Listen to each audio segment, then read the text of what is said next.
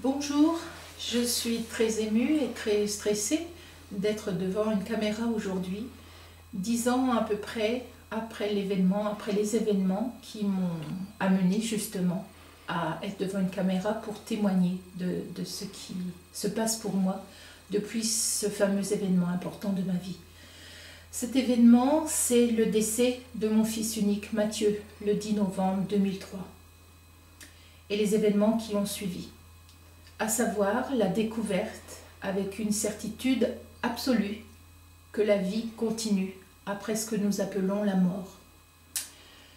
J'ai découvert ceci très vite après son départ et dans un premier temps en voyant des choses, en voyant des ombres sur un mur, en voyant des formes dans un nuage. J'avais l'impression de voir son visage.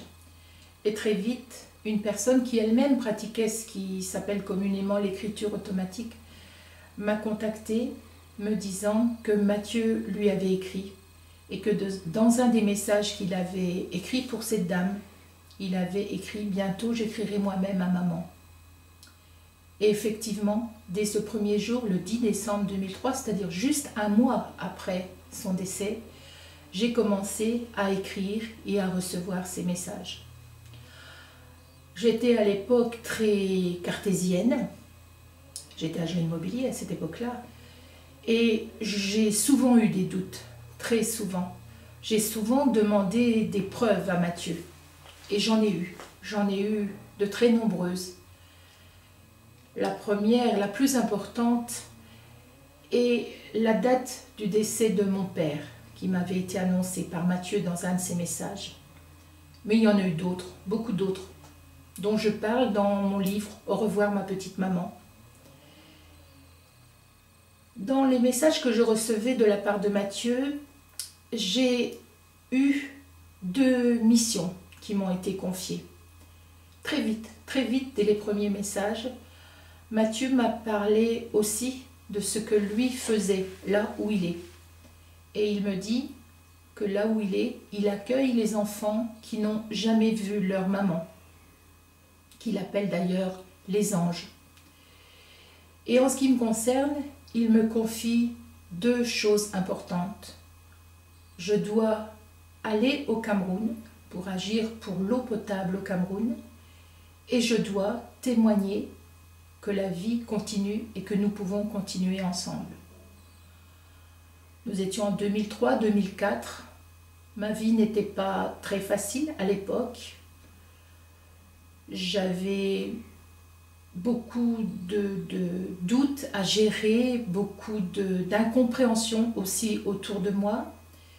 Mais tous les événements me poussaient à continuer à écrire, à garder cette confiance dans ce que Mathieu me disait. En 2005, des événements très précis, très particuliers, en quelques jours, m'ont mise en présence d'un éditeur que je ne connaissais pas, que je n'avais jamais rencontré, mais pourtant à qui j'avais un message essentiel à transmettre.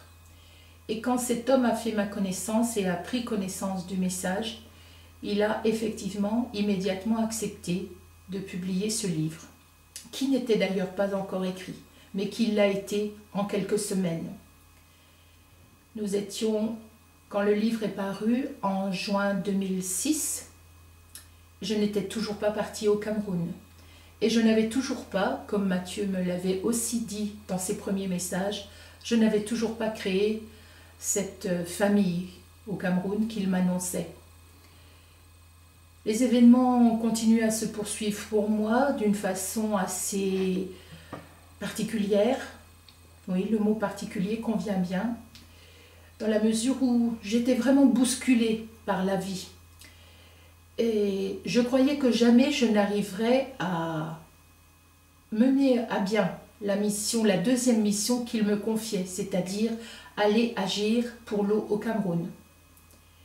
Et puis, j'ai aussi découvert que ma médiumnité ne s'exerçait pas que pour moi. Avec la parution du livre, de plus en plus de personnes m'ont contactée me demandant de les mettre en rapport avec leurs propres défunts, leurs décédés, leurs chers disparus. Ce que j'ai commencé à faire, et j'ai donc commencé à exercer cette médiumnité de façon tout à fait régulière. Et puis, j'ai commencé aussi à faire des conférences.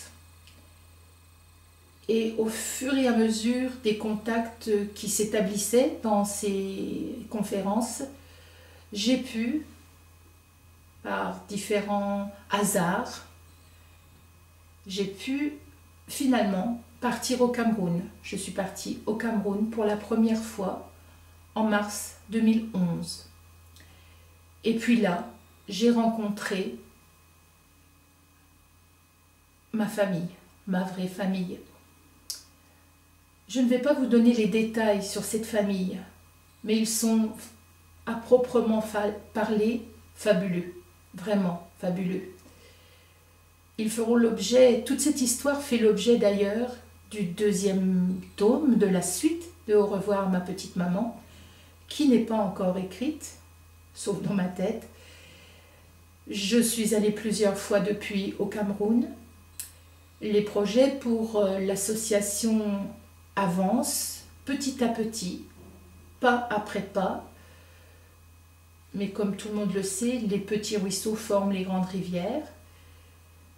Je continue à exercer ma médiumnité, à faire des conférences médiumniques au cours desquelles je transmets aux personnes présentes des messages venus de l'au-delà.